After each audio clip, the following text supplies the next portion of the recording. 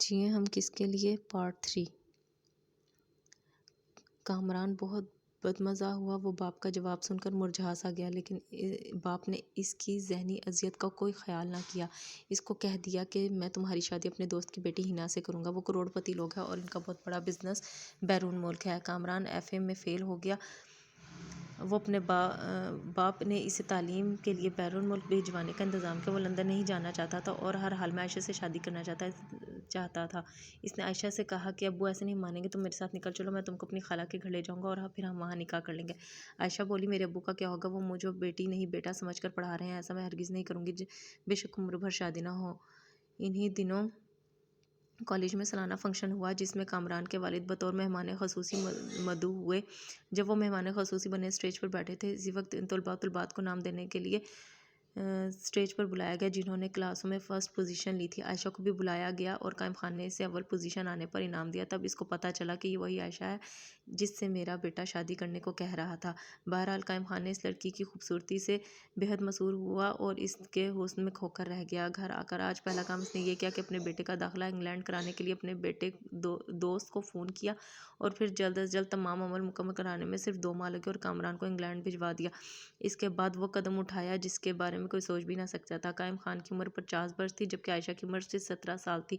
وہ عمر کے اس فرق کو پستے پشت ڈال کر صرف دولت کے زور پر عائشہ کے والد کے پاس گیا اور رشتہ طلب کیا۔ عائشہ کے باپ نے سمجھا کہ یہ بیٹے کے لیے آیا ہے، تبھی اس نے کہا، صاحب آپ بڑے آدمی ہیں اور ہم بہت غریب لوگ ہیں، پھر یہ رشتہ کیسے ہو سکتا ہے؟ کیوں نہیں ہو سکتا دین محمد؟ قائم خان نے کہا، امیر غریب سب انسان اللہ کی نظر میں برابر ہیں اور سب اسی کی مخلوق ہیں، لہٰذا تم اس بات کو چھوڑ دو، ہاں اپنی شرطیں بتا دو، کہو تو تمہاری بیٹی کو ہم سونے میں تول کر لے جائیں، بنگلہ، زیورات، باغ، زمین، جو کہو اس کے نام لکھ دیں گے۔ دین محمد بیچارہ پریشان تھا، کیا جواب دیتا؟ اس کو یقین نہیں آ رہا تھا کہ امیر آدمی اس کی مفلست کے باوجود اس رشتہ داری پر اس قدر بےتاب کیوں ہے۔ اس نے جھجکتے ہوئے ہاں کہہ دی، مگر جب قائم خان نے کہا کہ وہ رشتہ اپنے بیٹے کے لیے نہیں بلکہ اپنے لیے مانگ رہا ہے تو دین محمد کے پیروں تلے زمین نکل گئی۔ اس کو سوچتے پا کر قائم خان بولا، دیکھو دین محمد، اگر تم کو عزت راست نہیں ہے تو ہم کو بھی ٹیڑھی انگلی سے گھی نکالنا آتا ہے۔ عزت اور شرافت سے ہم کو بیٹی سے بیاہ دو، ورنہ ہم ویسے ہی اٹھوا لیں گے تو بھی تم ہاتھ ملنے کے سوا کچھ نہیں کر سکو گے، پھر پولیس بھی تمہارے نہیں سنے گی اور جب رپورٹ لکھوانے کے تھانے جاؤ گے تو جیل میں بھی تم کو ہی جانا ہوگا۔ بولو عزت منظور ہے یا بے عزتی؟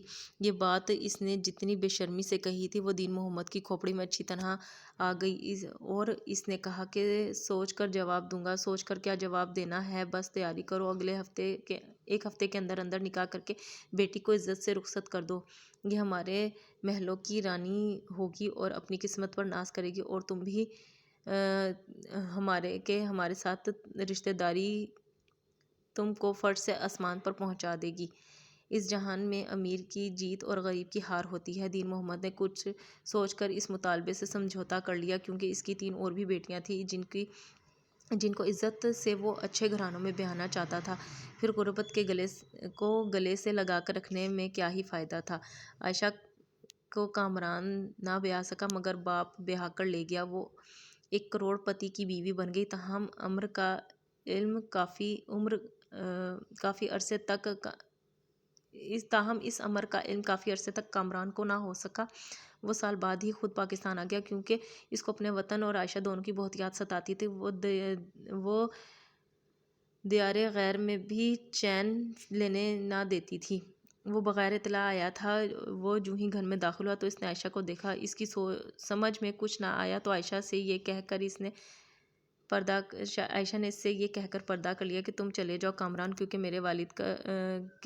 تمہارے والد کے ساتھ میں نکاح میں ہوں، اب ان کی اجازت کے بغیر تم اس گھر میں مت آنا۔ یہ سن کر کامران کو اس قدر صدمہ ہوا کہ بے ہوش ہوتے ہوتے بچا۔ بہرحال آج اس کو اپنے باپ سے شدید نفرت محسوس ہوئی۔ اس نے ارادہ کر لیا کہ وہ اپنے باپ کو شوٹ کر لے اور پھر عائشہ کو اور خود کو بھی گولی مار لے گا۔ اس نے اسی ارادے سے پستول کو لوڈ کیا مگر اس کے اندر شریف انسان نے اس کو ایسا قدم اٹھانے سے روک دیا، تاہم دل کا درد ایسا تھا کہ اس سے سہا نہ جاتا تھا۔ تب اس نے باپ کے آنے سے پہلے بیٹھک میں جا کر دروازہ اندر سے بند کر لیا اور اپنی کن پٹی پر پستول رکھ کر گولی چلا دی تو وہ تو اس جہان سے چلا گیا مگر عائشہ کو عمر بھر کے لیے سسکنے کی خاطر زندہ چھوڑ گیا۔ عائشہ ایک بار مجھے ملی تھی، وہ بہت دکھی تھی، کہتی تھی اے کاش کامران خود کو مارنے کے بجائے مجھے گولی مار دیتا تو اس کا بہت بڑا احسان ہوتا کہ